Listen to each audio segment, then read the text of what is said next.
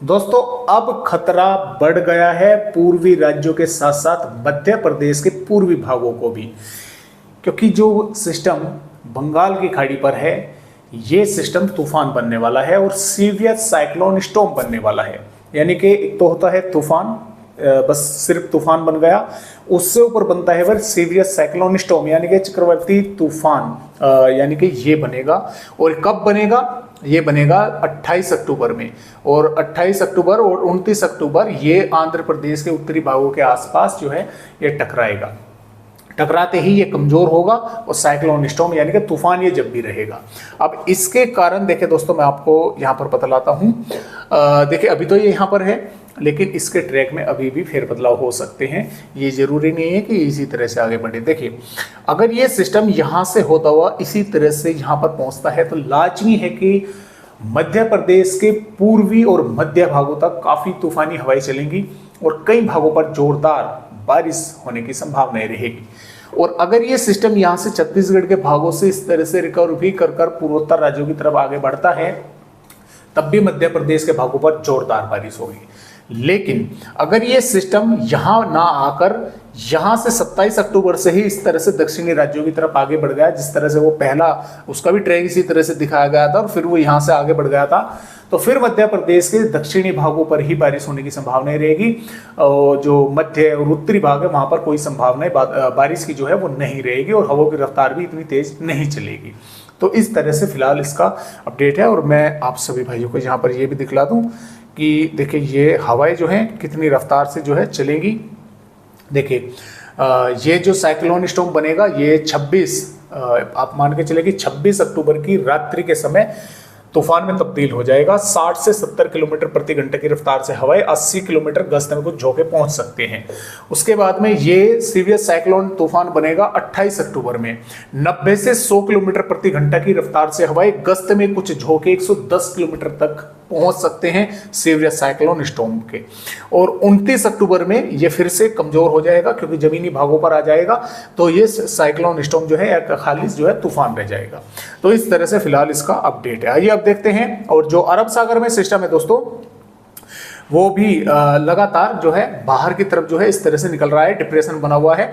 अभी तक तो इस तरह से आगे आ रहा था, अब ये थोड़ा सा इस तरह से बाहर निकल रहा है। तो आइए देखते हैं कि मध्य प्रदेश के भागों पर आने वाली 26 अक्टूबर में किस तरह का मौसम रहेगा। देखिए दोस्तों, बारिश होने की संभावना काफी भागों पर है मेघ गर्जने के साथ। अलीराजपुर, झाबुआ, रतलाम, आगर मालवा, राजगढ़, शाजापुर, उज्जैन, इंदौर, धार, बड़वानी, खरगोन, खंडवा, बुरहानपुर, हरदा, सीहोर, शाजापुर, राजगढ़, भोपाल, रायसेन, नर्मदापुर, बैतूल, पाटना, छिंदवाड़ा, नरसिंहपुर, सिवनी, बालाघाट, मंडला, डिंडोरी के भागों पर।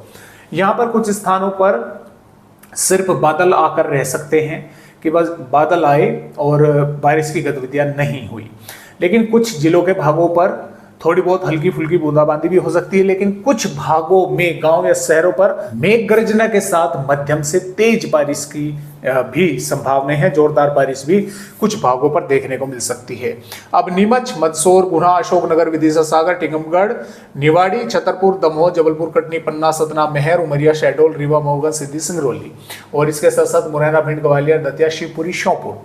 यहाँ पर वैसे तो मौसम ड्राई बना रहेगा, यानी कि बादल आते जाते देखने को मिलते रहेंगे। नमीदार जो है यहाँ पर नमी बराबर जो है बंगाल की खाड़ी की आ रही है, तो बादल तो यहाँ पर भी कुछ भागों पर बनेंगे। बारिश की संभावना कम है, लेकिन फिर भी कुछ भागों पर, जिलों के गांव या शहरों पर बारिश की गतिविधियां देखने को मिल सकती है।